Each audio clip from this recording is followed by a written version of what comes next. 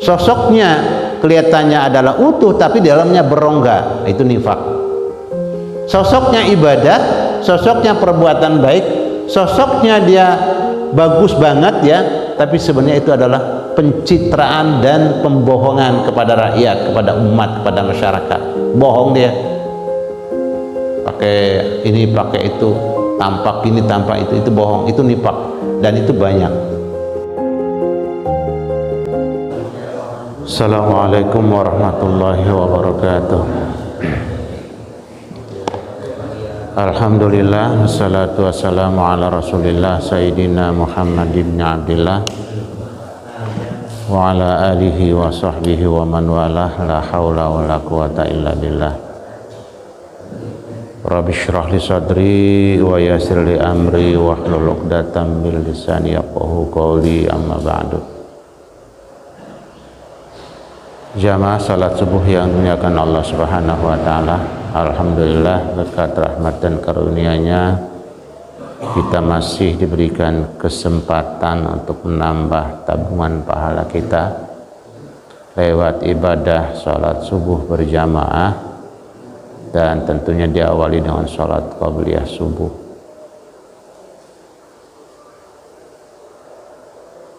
Kemudian ditambah lagi kita muzakarah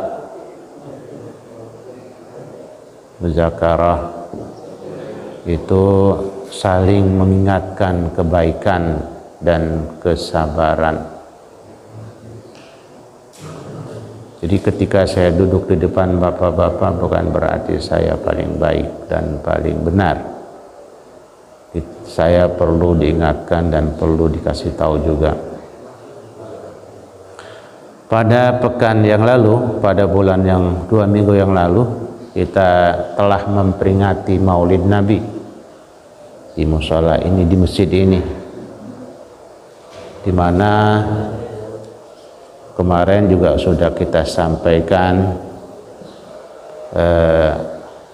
tentang itu. Tentunya objek dan target kita memperingati Maulid Nabi agar kita bisa meneladani, agar kita bisa meniru pola-pola kehidupan beliau dalam keseharian.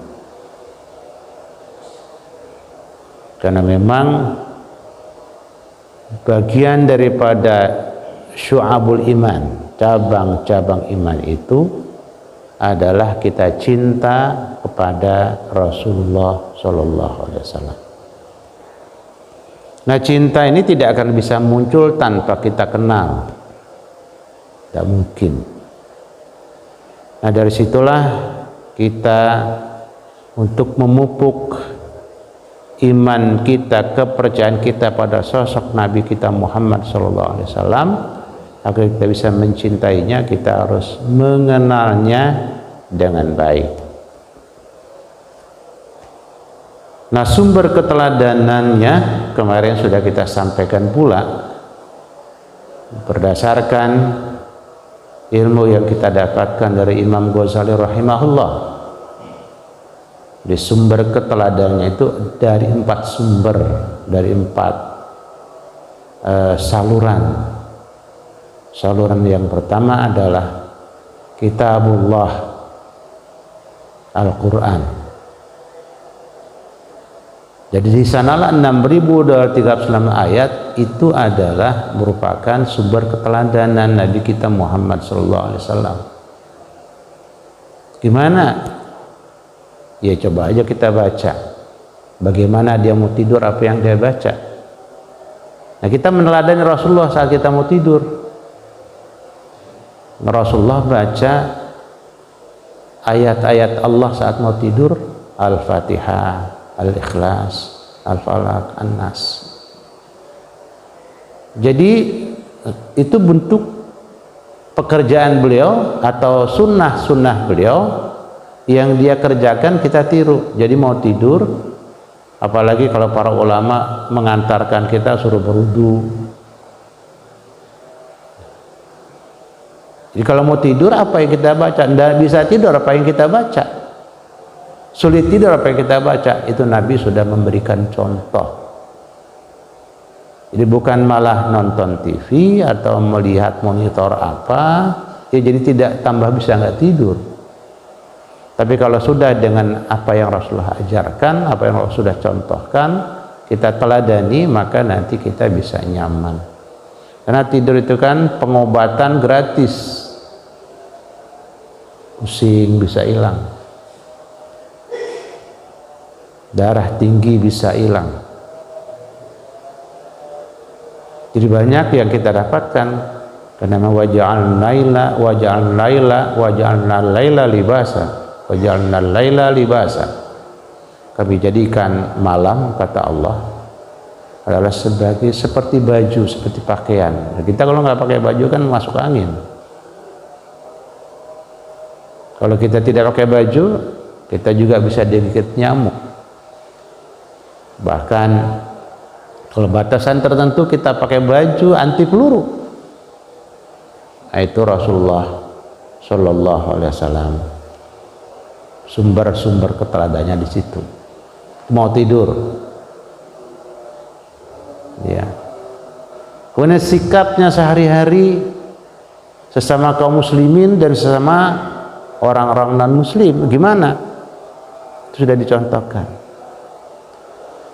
Bismillahirrahmanirrahim. Muhammadur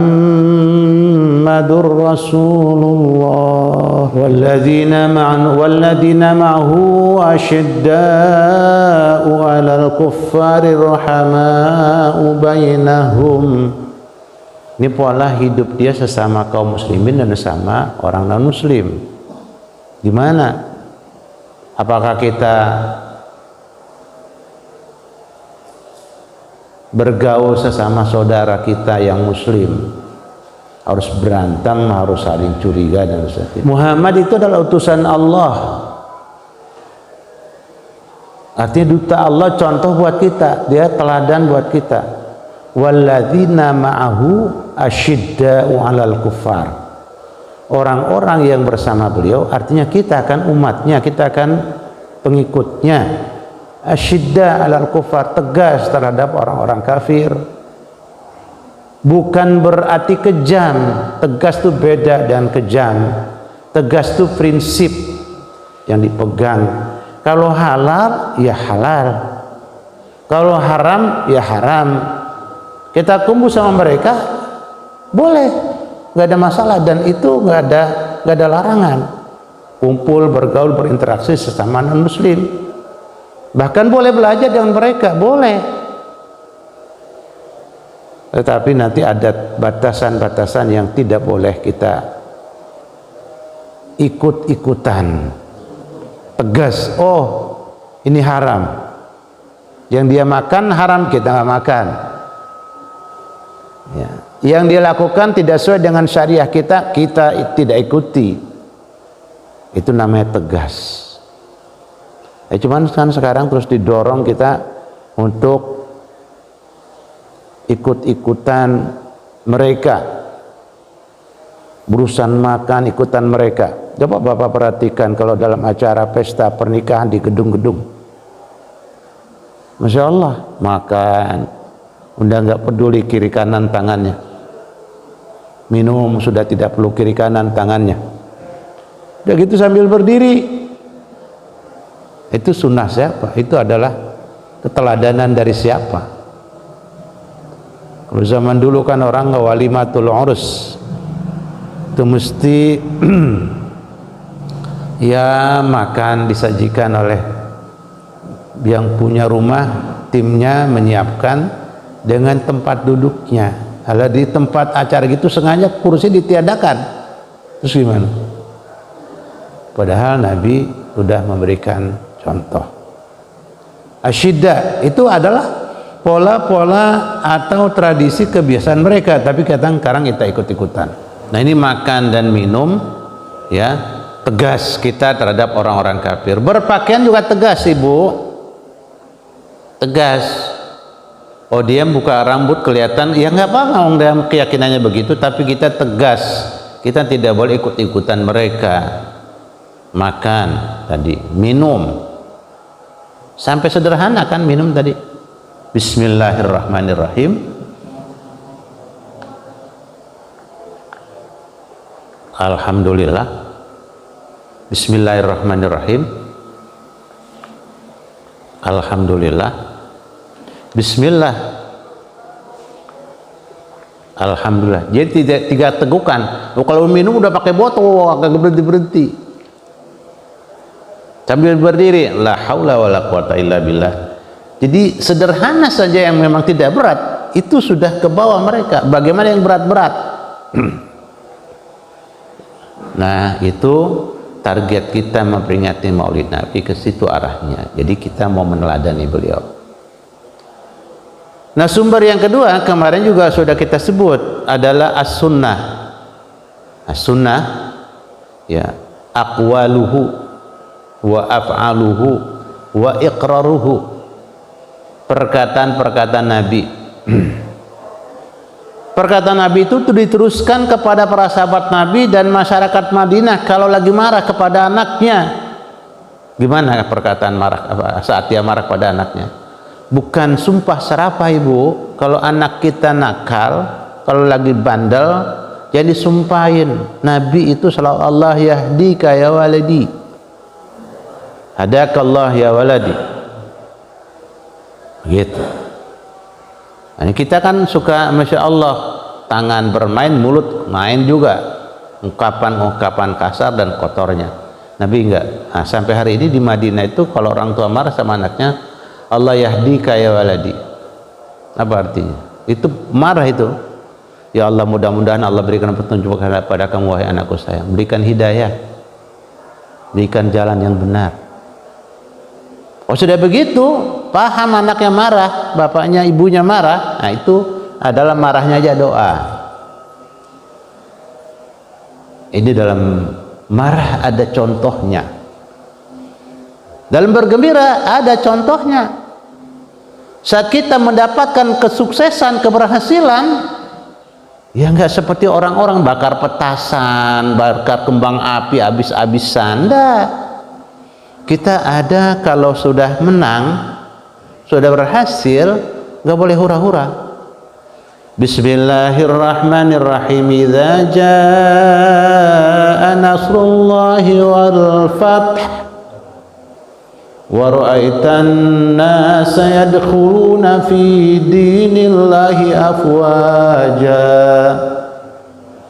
fasabbih bihamdi rabbika wastaghfir innahu kana tawwaba. Itu saat kita menang, saat kita berhasil, saat kita sukses, bukan hura-hura. Ini begitu panen raya, wah Masya Allah, itu maksiat.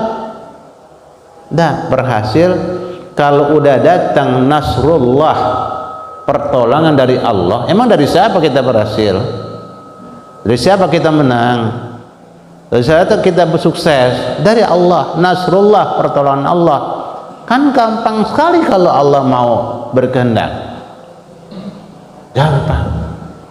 Itu namanya semua tuntunan yang ada di Al-Quran itu Rasulullah yang nuntun kita. Itu keteladanan beliau. Dia menang, nggak hura-hura, nggak pawai, merusak lingkungan dan seterusnya. Nasrullah. Wal fath. Fath lebih jelas lagi, kemenangan dari pertolongan Allah. Kemenangan kita menang. Wa ra'aitan nas yadkhuluna fi dinillahi afwaja. Rasulullah, orang Mekah itu berbondong-bondong masuk Islam. Kau datang dari Madinah, mereka udah ketakutan luar biasa, kiranya kau akan membantai mereka. Nah, nggak ada yang dibantai satupun. Selagi dia tidak mengganggu perjuangan Nabi, nggak ada yang ditindak apa-apa. Orang Mekah berbondong-bondong ke rumah Nabi, masuk Islam. Nabi ucapan, Rasulullah saya masuk Islam, Rasulullah saya mau bersyahadat. Masya Allah, menang makna namanya, menang di perang Badar, menang di perang Uhud, menang ya, walaupun di ronde pertama ronde kedua kalah, tapi ronde ketiga menang. Ronde pertama menang, ronde ketiga menang, ronde kedua kalah. Jadi banyak menangnya, tapi Rasulullah tidak hura-hura. Nah kita coba HUT kemerdekaan Republik Indonesia yang harusnya bersyukur, yang harusnya bertakbir, yang harusnya bertasbih, dangdutan. Musibah ini. Bukan begitu kan? Subhanallah. Ya, apalagi dulu itu di Jakarta kalau udah Masya Allah panggungnya Pak gede-gede benar, di pojok-pojok Monas ada panggung, ya Allah. Wa ra'aitan nasa yadkhuluna fi dinillah afwaja fasabbih.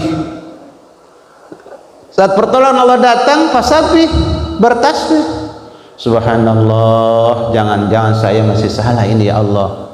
Maha suci Engkau ya Allah. Walhamdulillah wala ilaha illallah. Fasabbih bihamdika wastaghfirhu. Bertasbih. Subhanallah walhamdulillah wala ilaha illallah wallahu akbar. Terus istighfar. Istighfar kenapa? Ada bisa jadi keberhasilan yang kita dapatkan itu menimbulkan ria. Gua mah hebat. Begitu. Lu mah ya. Lu mah kecil. Itu ria. Buru-buru istighfar. Astagfirullahaladzim ya Allah. Semuanya kalau tidak dengan pertolongan Allah gak bisa apa-apa. Itu adalah merupakan keteladanan yang di Al-Quran Rasulullah bawa dan Nabi lakukan itu dan para sahabatnya saat menang perang Badar. Tidak berusak, bertasbih, alhamdulillah, subhanallah, walhamdulillah, wala ilaha illallah, wallahu akbar. Nah kita selesai ibadah puasa sebulan suntuk, takbir dah malam hari rayanya tanggal 1. Emang kenapa? Ya kemenangan dapat kita puasa sebulan suntuk, emang gampang puasa. Lah buktinya banyak orang gemuk banget, kumisnya tebal, gelang bahar gede bener, kagak puasa Pak. Ya ada orang kurus banget, ya puasa dia, bisa 1 bulan suntuk. Itu pertolongan dari Allah. Makanya begitu sampai masuk malam pertama bulan Syawal, kita takbir Allahu Akbar, Allahu Akbar, Allahu Akbar, la ilaha illallah, Allahu Akbar. Dengan haru kita malah air mata keluar. Apalagi kalau kita takbir bukan di rumah, takbir di tengah perjalanan jauh sedang tugas, nangis Pak, masinis nangis, pilot nangis mendengar takbir, pengemudi nangis bertakbir, ya Allah, terbayang istrinya di rumah, anak-anaknya, orang tuanya, dia tidak bisa pulang. Kenapa? Tugas yang memang mengikat dia, tapi dia berpuasa, menang, sukses, nangis. Nah ini yang kedua, sunnah Rasulullah adalah perkataannya, kemudian perbuatannya. Nah, perkataannya kan banyak, itu yang perlu kita baca. Kita tidak boleh pernah libur atau selesai namanya baca ayat Allah dan hadis Rasul, tidak boleh pernah selesai. Karena banyak hadis-hadis Rasul yang belum kita baca. Kalau Quran kan alhamdulillah setiap tahun minimal di Ramadan kita tamat sekali, 2 kali, 3 kali. Tapi hadis belum. Nah Rasulullah ngajarin kita di dalam hadisnya, kalau kita lagi marah, Pak, Bu, segera berwudu. Jangan terus komentar mulutnya. Makin banyak tuh keluar kata-kata yang bisa jadi kata-kata kasar dan terus emosional memuncak, naudzubillah. Keluarlah kebijakan-kebijakan dari tangan orang yang salah, dari tangan orang yang marah. Nah kita Rasulullah bilang kalau sudah lagi marah berwudu. Ayo, kalau masih marah juga segera menghadap kiblat, takbir Allahu Akbar. Apa? Sholat sunnah mutlak kalau bukan waktu sholat 2 rakaat. Kalau memang sholat wajib, sholat wajib. Kalau waktu sholat duha, sehingga segera reda dan akan kembali normal. Kalau normal itu enak, keluar kebijakan yang sehat dan bagus, sunnah. Kemudian sumber kita cinta kepada Rasulullah, meneladani Rasulullah, keteladan Rasulullah, ada para ijma para ulama. Di sana tentunya karya-karya tulis para ulama itu adalah merupakan bagian daripada yang dibaca oleh kita untuk menjadi sumber keteladan. Misalnya Sirah Nabawiyah, buku-buku tentang sejarah Nabi, ya. Kemudian yang terakhir Atharus Sahabah, ya, biografi para sahabat Nabi yang diajarkan dan terus diceritakan kepada anak-anak kita. Nah, bapak-bapak, saya ingat betul dari 2 pekan yang lalu bahwa Anas itu sahabat Nabi. Anas bin Malik sahabat Nabi, umurnya paling panjang 200 tahun. Emang kenapa? Karena beliau selalu ngawal Nabi kemana saja jalan. Begitu masuk masjid atau masuk mushola, gambarannya itu langsung sendalnya diambil oleh beliau di kantong plastik. Bahasa sekarang mah disimpan di samping dia. Begitu Nabi selesai ngajar, keluar mau nyari-nyari sendal, enggak, sendalnya langsung diamankan oleh Anas di Rasul sendalnya. Apa Rasulullah bilang kepada beliau? Barakallahu laka ya waladi. Nah, kalau dia namanya guru sama murid kayak gitu, setiap saat didoakan, mudah-mudahan kau berkah ayah Anas, mudah-mudahan kau panjang umur ayah Anas, mudah-mudahan kau diberikan rizki yang halal dan banyak ayah Anas. Dan terbukti panjang umur 200 tahun, anaknya Masya Allah soleh solehah banyak, dan kemudian yang berikutnya harta kekayaannya jangan tanya dah, 200 tahun berjuang, ya kan, dia mendidik anak, istri dan seterusnya kan perlu biaya, tentunya biaya yang mudah didapatkan. Itu dibacakan. Kenapa Anas bisa kayak gitu? Karena dekat dengan guru, pengabdian sama guru tidak pernah berhenti. Terus dia 10 tahun disebut Abu Na'al. Apa Abu Na'al? Bapak sendal. Nah, jadi kalau anak itu baik sama gurunya, gurunya selalu mendoakan, hati-hati nak ya. Nanti dibalik, gurunya marah kepada anaknya, pada anak kita, kita yang marah-marah sama guru. Itu kan guru marah nggak mungkin kalau nggak ada masalah di anak itu, ya tidak mungkin. Ya kalau ya guru kan punya standar marah, pastinya marah, iya dimarahi. Standarnya ya tidak melukai, kalaupun mukul, dan tidak di tempat-tempat yang berbahaya. Kalau di tempat yang berbahaya itu sudah keteledoran tentunya. Tapi biasanya marahnya, dan kalaupun sempat mukulnya, mukul yang standar yang diatur oleh oleh tuntunan-tuntunan sunnah. Ini bapak-bapak di sahabat-sahabat Nabi. Nah, dari sana nanti ada kita terus diminta untuk banyak berselawat kepada Rasulullah SAW. Ya, nanti gitu, itu bentuk-bentuk tanda-tanda juga iman, cabang iman kita bagus kepada Nabi. Nah, di duduk stasiun kereta api sambil nunggu atau berdiri, kita baca Allahumma shalli ala Muhammad wa ala ali Muhammad kama shallaita ala Ibrahim wa ala ali Ibrahim wa barik ala Muhammad wa ala ali Muhammad kama barakta ala Ibrahim wa ala ali Ibrahim fil alamin innaka Hamidum Majid. Satu kali, man shalla alaiya salatan wahidah sallallahu biha asyran. Siapa yang baca salawat kepadaku 1 kali, Allah akan balas 10 kali lipat. Tetap salawat, doa dan permohonan kesejahteraan, keselamatan, kesuksesan buat Rasulullah. Rasulullah udah sukses, udah selamat. Nah, kita yang belum, makanya salawat itu datang buat kita, kembali kepada kita semuanya.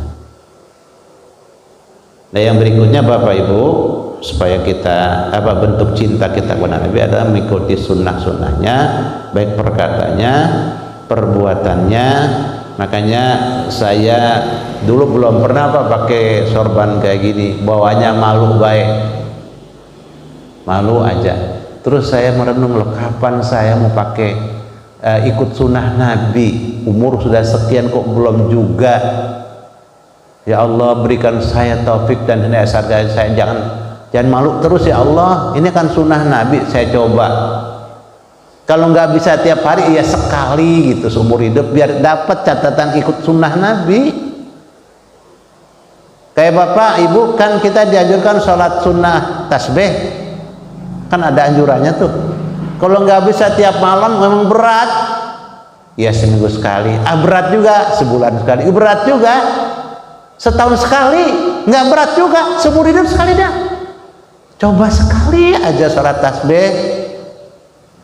Sunnah-sunnah itu kita cobain, semuanya kita praktekin dalam kehidupan. Ini dalam rangka mencoba mempraktekkan mengikuti sunnahnya, karena bersorban itu salah satunya sunnah Nabi.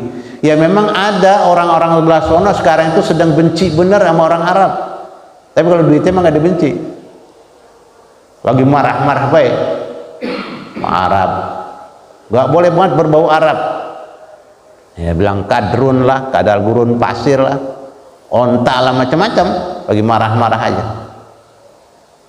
Dan terus digiring ke arah yang ya Islam dan agama itu memang sumbernya kan dari bahasa Quran, otomatis Quran berbahasa Arab, sampai bilang kita berdoa tidak usah pakai bahasa Arab, Tuhan kita bukan orang Arab. Ya Allah, mentang-mentang jenderal ya kok ngomong begitu. Ya kalau bapak tidak menggunakan bahasa Arab ya silakan aja, berbahasa Indonesia silakan aja, boleh, tapi jangan ngomong begitu. Masa Tuhan dibilang orang Arab sih? Tuhan kita bukan orang Arab, kan nggak benar namanya ini kan subhanallah. Nah Bapak Ibu rahimakumullah, itu kita coba kayak puasa Senin Kemis, belum pernah sama sekali puasa, sekali aja seminggu 2 hari nih, Senin puasa sama Kemis, itu kan sunnah Nabi. Sekali aja dalam umur hidup saya puasa nih Senin Kemis, biar dapat catatan mengikuti sunnahnya. Kemudian sunnah-sunnah yang lain begitu seterusnya kita kerjakan. Kalau mampu bisa istiqomah, nah puasa Senin Kemis cakap. Puasa Ayyamul Bid itu kan sunnah Nabi, hari-hari putih 13, 14, 15 setiap bulan Hijriah. Ini sekarang sudah bulan, sebentar lagi Jumadal Ula Jumadal Ula, atau bahasa orang-orang kampung tuh lu bilang Jumadal Ula itu bulan Jumadal Awal, Jumadal Akhir. Itu tiap bulan Hijriah, dari Muharram, Safar, Rabiul Awal, Rabiul Tsani, Jumadal Ula, Jumadal Tsani, Rajab, Sya'ban, itu kita coba sekali aja sunnah Nabi diikuti Ayyamul Bid, 3 hari doang. Yang nggak pernah sama sekali, cuek aja, coba sekali. Itu bukan bicara perhiasan orang Arab, bukan. Itu kita punya agama.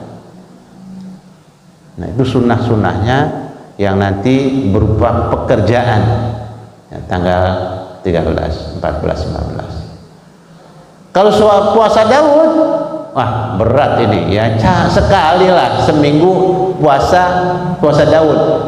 Senin puasa, Selasa tidak, Rabu puasa, ya Kamis masuk mau puasa Kamis nggak apa-apa, nggak puasa saya, pokoknya mau Daud nih. Senin puasa, Selasa tidak, Rabu puasa, Kamis tidak, Jumat puasa, ya kemudian Sabtu tidak, puasa, biar benar puasa Nabi Daud. Karena Nabi Daud itu puasa sehari ini puasa, besok tidak, terus puasa tidak, begitu. Dan itu Nabi mensunahkannya.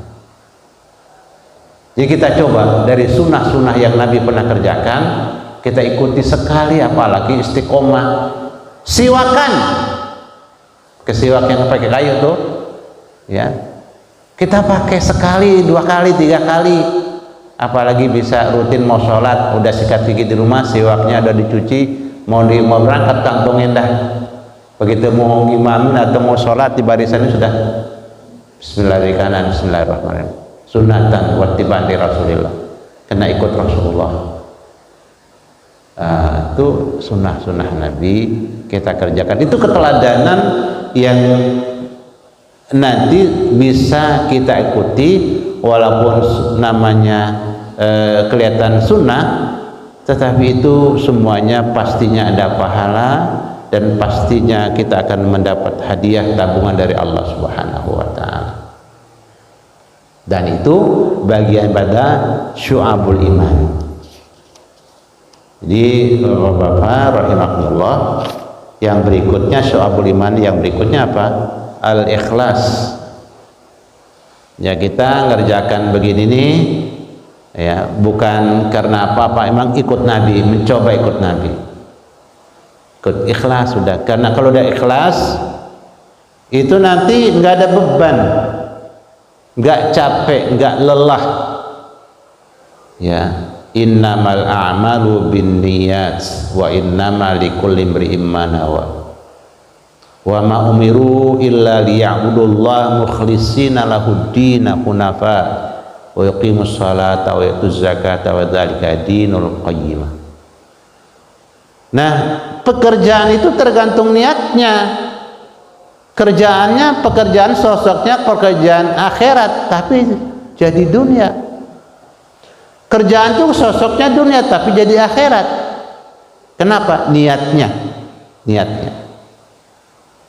Ibu-ibu apalagi di rumah kelihatannya kan urusannya dunia semua. Enggak. Ibu masak niatnya untuk memberikan nafkah kepada anak-anak, melayani mereka, kemudian makan untuk kuat sholat duha, sarapan pagi ini biar nanti sholat duha kuat 8 rakaat Bu. Itu luar biasa niat makan yang bernilai pahala.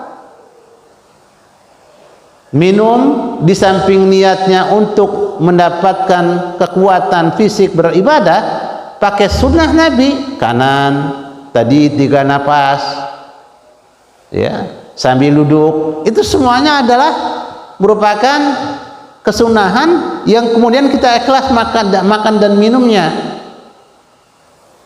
Berpakaian, duduk sholat ke masjid, tidak ada beban sama sekali. Emang apa?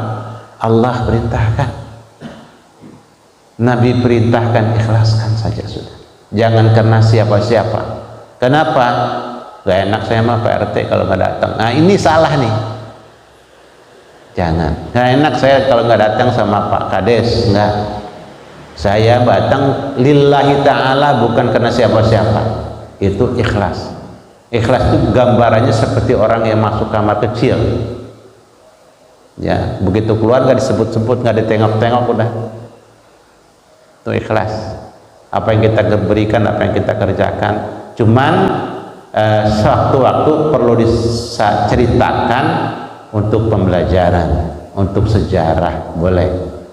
Tapi pun yang menceritakannya adalah biasanya bukan beliau sendiri, tapi orang-orang dekatnya yang menceritakan bagaimana si Fulan itu Masya Allah luar biasa aktivitasnya dan seterusnya, itu diceritakan oleh orang-orang dekatnya. Makanya banyak buku ditulis tentang seseorang, bukan yang bersangkutan yang nulis ada sekretarisnya, sekprinya, orang dekatnya, begitu bagaimana bangun pagi dan seterusnya.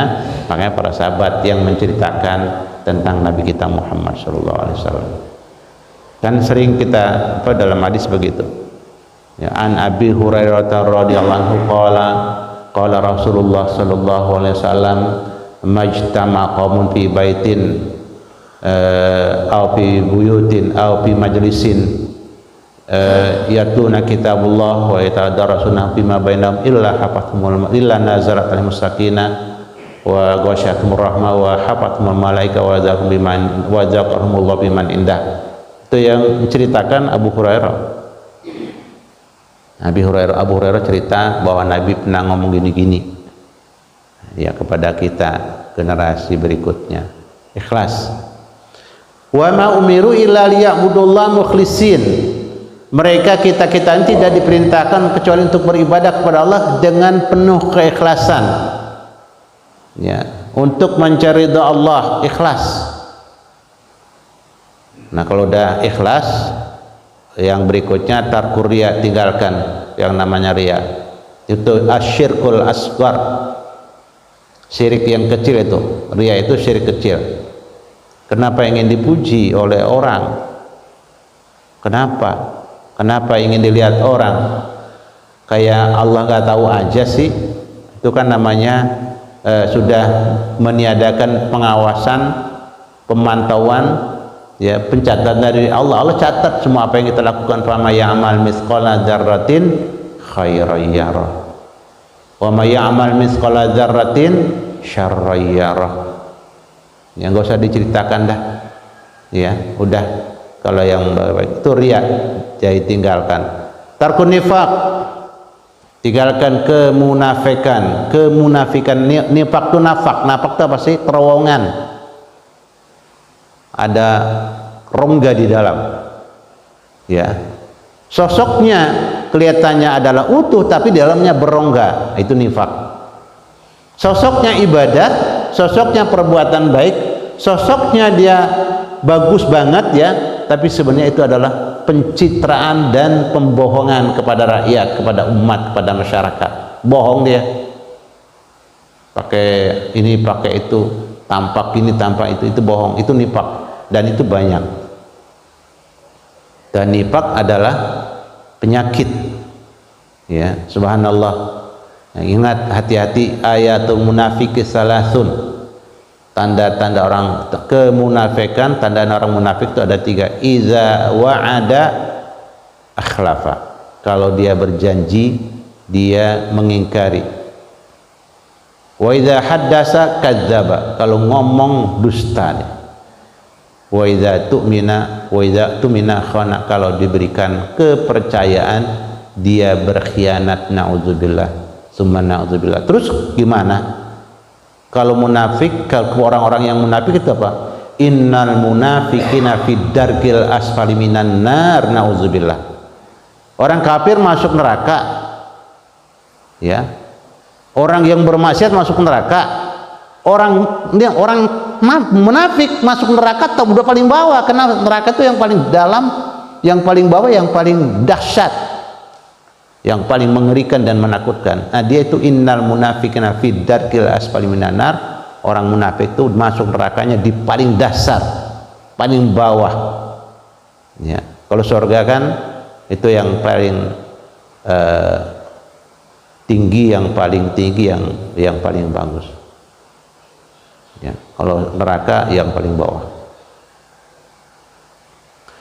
Kemudian bapak-bapak, bagian daripada kita ini iman kita itu bagus, apa, cabang iman kita adalah at-taubah, ya.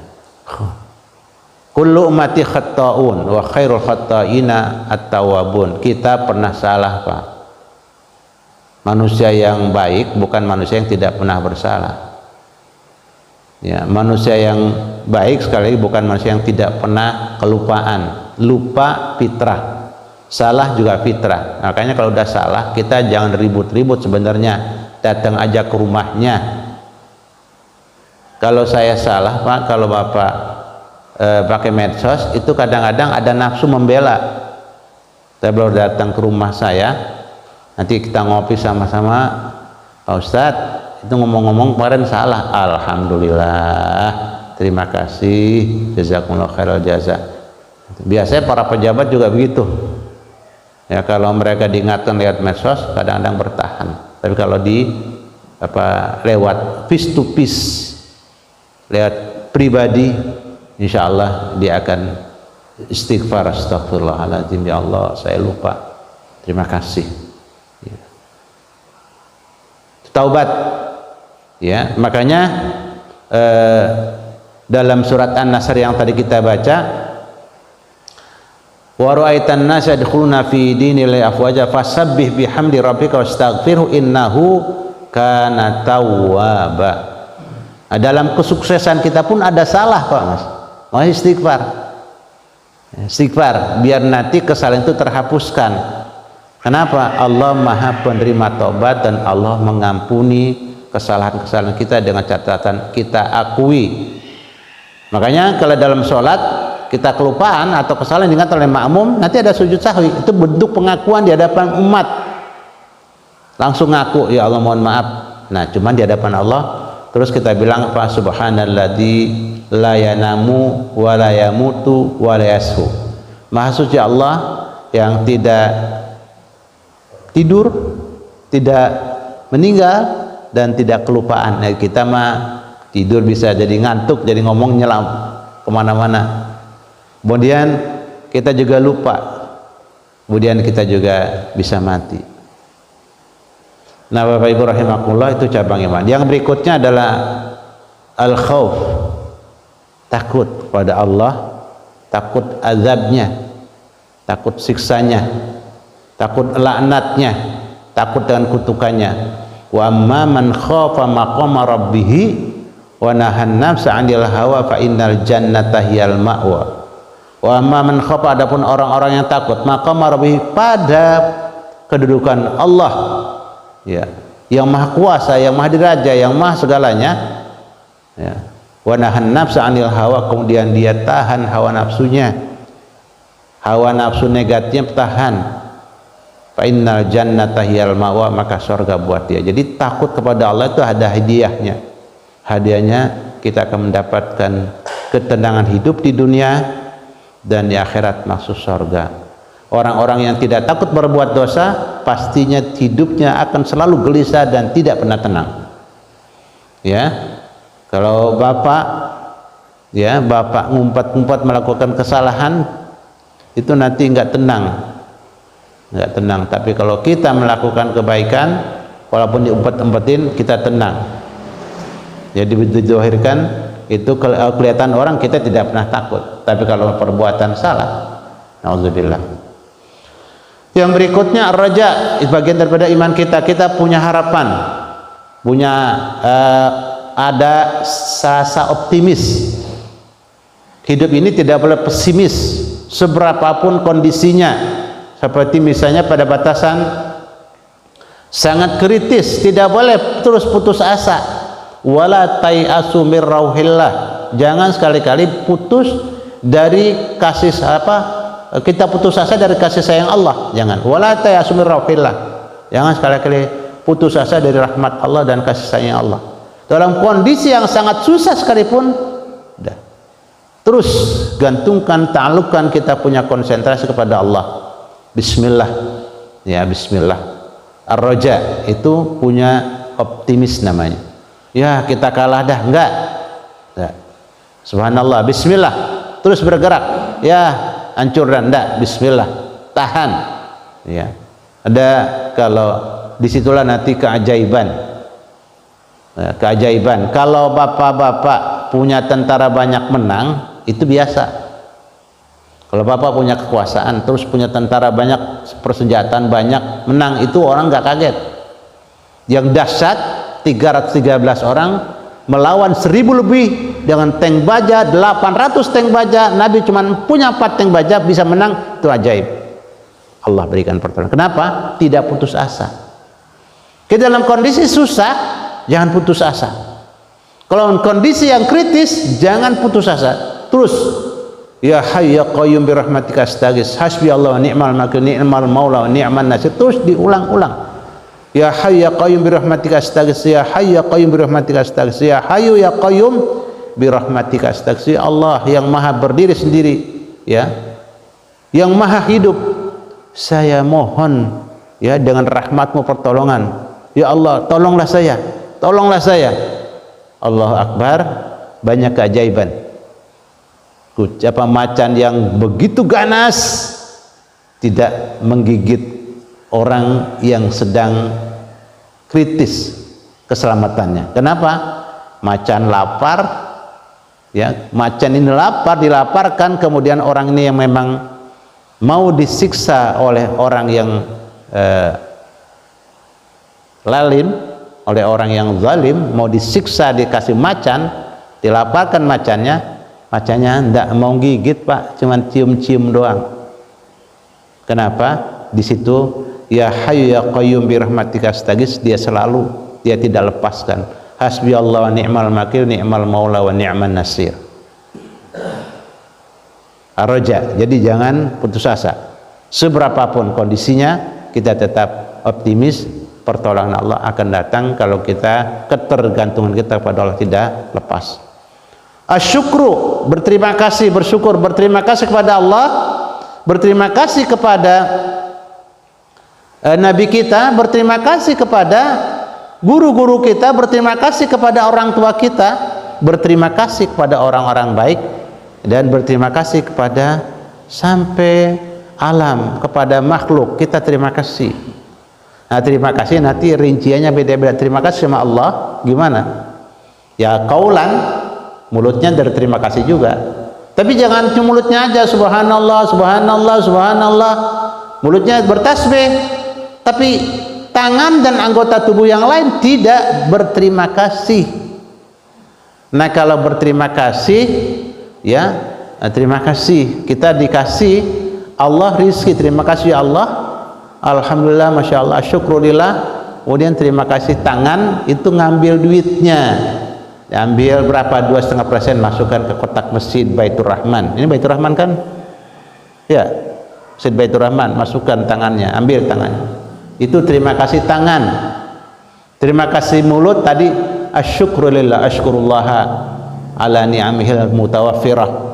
Saya berterima kasih kepada Allah, bersyukur pada Allah atas nikmat-nikmatnya yang begitu banyak pada saya. Tapi mulutnya udah bagus, udah bersalawat kepada Nabi, Allahumma shalli ala Muhammad, makan masih tangan kiri. Itu belum berterima kasih, tangannya, mulutnya sudah bersalawat. Sudah bersalawat mulutnya, tapi tangannya belum bersalawat. Tangan Pak, gerakan yang kanan itu bersalawat, mulut Allahumma shalli ala Muhammad, tangannya bersalawat pada Nabi, pakai tangan kanan minumnya, pakai tangan kanan makannya, dan seterusnya. Itu nanti bentuk berterima kasih kepada Nabi. Di sunnah-sunnah mulut kita iya, ya kita bertasbih, kita bertakbir, kita bertahlil, bertakbir, Allahu Akbar, Allahu Akbar mulutnya, tapi tangannya tidak, hatinya tidak. La haula wala quwata illa billah. La in syakartum la azidannakum wa la in kafartum inna adzabi lasyadid. Kalau kalian bersyukur pada Allah, nah bersyukur tentunya tadi menempatkan sesuatu yang memang pada tempatnya, bentuknya bersyukur, itu bentuk bersyukur juga. Kemudian setelah bersyukur kepada Allah, kepada Rasulnya, bersyukur kepada orang tua kita. Kita terima kasih mulut aja? Enggak dong. Kalau kita datang ke rumah mak kita nih, miring dah jalannya, miring kanan, ya kayak kepiting. Ngapain miring kanan? Ya nenteng jadi miring. Miring jalannya. Ya, terima kasih kepada, walaupun dia enggak, ya memang enggak, dia bisa enggak pernah minta. Yang penting kita datang, wajah kita kelihatan depan ibu kita.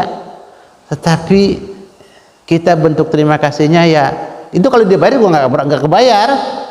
Terima kasih Bu, terima kasih Pak. Ya Allah, Masya Allah, Ibu baik banget ya Allah, Bapak baik banget. Terima kasih. Terima kasih kepada guru-guru, ya, yang telah mendidik, telah membimbing, telah mengarahkan, telah memberikan ilmu, telah mengajarkan dan seterusnya. Masya Allah, terima kasih kita. Ya, cuman memang dalam kehidupan sekolahan itu kadang-kadang agak sedikit kurang, karena kitab-kitab yang memberikan arahan agar mereka berbakti kepada gurunya agak sedikit kurang. Kalau dalam pesantren itu ada satu kitab yang diajarkan wajib, kitab Ta'limul Muta'allim, itu wajib diajarkan itu. Di situ ada tulisan, ada hadis, ada perkataan Sayyidina Ali, man 'allamani harfan kuntu 'abdan lahu. Kata Sayyidina Ali, insya'a ba'ahu wa insya'a a'taqahu. Ya Ustaz, ya kan? Ta'limul Muta'allim itu kan? Siapa yang telah mengajarkan kepadaku satu bab ilmu, satu huruf ilmu, satu huruf itu satu bab, satu disiplin ilmu, saya siap menjadi budak buat dia. Kalau dia mau jual saya, ya alhamdulillah. Kalau dia mau bebaskan saya, alhamdulillah. Makanya dulu namanya orang ngaji di rumah mu'alim itu banyakkan kerjanya daripada ngajinya. Itu anak-anak putri kalau pagi belum nyapu di rumah bunyainya, belum pulang. Berangkat sore jam 5, terus datang nimba apa itu sih, isi air kolam, isi kolam ya, si jeding nimba diisi penuh, terus dapur dicuci, piring diperiksa, dicuci rapi semuanya, maghrib sholat berjamaah, habis itu baru ngaji. Sampai kadang maghrib ke isya malah wiridan masih, habis isya baru ngaji. Habis ngaji baru dah tidur, besok bangun jam 2:30 udah pada bangun lagi tuh anak-anak. Ngapain yang ini yang itu, Masya Allah. Ya Allah, itu bentuk-bentuk bersyukur kepada guru-guru yang telah membimbing, memberikan contoh, memberikan arahan. Kuntu abdan lahu, itu Sayyidina Ali. Nah di situ makanya santri-santri sama kiai para ulama itu berbeda dengan murid-murid di sekolahan, beda karena memang mereka nggak diajar kitab ta'limul muta'alim, ya kan. Akhlak itu justru lebih penting, ya. Akhlak itu yang penting lah. Orang kalau pintar nggak berakhlak kayak iblis, ya, kayak iblis. Hanya orang pintar, orang alim kalau nggak ada akhlaknya hancur. Subhanallah, innamal umamu ma baqiyat in baqiyat akhlaquhum wa in zahabat azahabat. Manusia itu akan tetap eksis adanya kalau akhlaknya nempel. Tapi kalau akhlaknya sudah nggak ada, habis keberadaan kemanusiaan mereka. Nauzubillah. Yang berikutnya al-wafa, itu bagian daripada syu'abul iman. Apa wafa? Menepati janji-janji. Yang berikutnya adalah sabar, bagian daripada syu'abul iman. Sabar ya Pak, tapi sabar bukan berarti cicing wae, menang wae. Sabar itu berikhtiar, bertawakal. Tawakal itu bukan nyerah, ya. Tawakal itu dua komponen. Isinya di dalam tawakal ada ikhtiar, ada doa. Begini bukan doa saja. Habis wiridan, habis zikiran, habis ratiban, habis masuratan di masjid setelah sholat subuh, habis hiziban, hizbun nasr baca, oke. Setelah itu apa? Fa idza qudiyatis shalatu fantashir fil ardi wabtaghu min fadlillah. Udah selesai salat, udah wiridan, zikiran, dah bertebaran ke atas permukaan bumi. Kemudian itu ikhtiar, tawakal. Karena nanti mau sukses, tawakal. Yang kedua adalah doa. Udah berdoa, kemudian sabar. Sabar. Ya kalau nanam pohon nangka, satu beton keluar cuma 2 lembar daunnya, sabarin. Terus dia pupuk, itu usaha. Ya, besarkan dia, terus dijaga bakteri dan kumannya, hamanya. Nanti lama-lama jadi kerajaan pohon nangka. Itu yang terjadi para pengusaha di Depok. Di Depok itu ada Permata Depok ya Pak. Ada Perum Permata Depok. Itu 300 hektar. Kemudian ada lagi Permata Regency. Itu sekitar 300 hektar pula. Permata Depok dari mulai pinggir dekat rel sampai Sungai Ciliwung. Ya. Itu 300 hektar lebih sekarang. Itu siapa yang punya? Itu Oliang. Dulu ngapain? Dulu dagang es mambo, tapi istiqomah dagang, nggak pernah berhenti dagangnya. Akhirnya dagang apa? Dagang rumah. Dari dagang es mambo dagang rumah. Kenapa? Sabar dia, karena pada zamannya memang ya susah. Itu kan kakak kelas saya di SMP Negeri Depok, kakak kelas dia. Saya pernah ngundang guru-gurunya, ya, subhanallah, guru-gurunya diundang. Itu Cina Depok yang tukang es mambo. Waktu sekolah bawa es mambo. Tahu es mambo Bu? Es mambo tahu? Subhanallah, kalau sekolah bawa termos Pak. Luar biasa, kita memalu aja kalau mau dagang. Dia kalau berangkat bawa dagangan, pulang bawa dagangan. Itu yang dilakukan Nabi kita Muhammad SAW saat beliau dari Mekah bawa dagangan ke Syam, dari Syam beli lagi dagangan bawa pulang ke Mekah. Jadi sana untung sini untung. Itu adalah prinsipnya Rasulullah, ditiru oleh mereka, makanya sukses kita. Sholawat doang. Allahumma salli ala Sayyidina Muhammad wa ashghilil zalimin bizzalimin wa akhrijna min bainihim salimin. Itu kita baca bagus, tapi jangan selawat doang. Selawat mulutnya iya, selawat tangannya. Selawat tangannya apa? Dagang, pulang dagang terus. Itu subhanallah. Ya, ibu-ibu kan bawa tas kalau jalan, masukin bros 10 biji, duduk samping temannya, bu, beras mau sesuatu. Subhanallah. Nah pulang ketemu temannya, lihat, oh bagus, beli lagi, tanyain lagi, begitu. Jadi semuanya sabar dulu. Nah begitu sabar si Oliang ini, walaupun pada akhirnya dia mati di penjara dia, kena banyak nyogok para pejabat di Jawa Barat. Iya, mati di penjara dia. Ya salah dia, kenapa dia bermain kotor? Ya emang seharusnya zamannya Pak Aang Kunaifi, ingat Bapak Gubernur dulu Jawa Barat, Aang Kunaifi, beliau nggak mau memberikan izin untuk properti di daerah jalur hijau. Mana jalur hijau? Itu Citaim jalur hijau. Ya, kenapa? Itu kan sungai, kayak pinggir jalan kereta api itu sungai irigasi buat pertanian dan peternakan.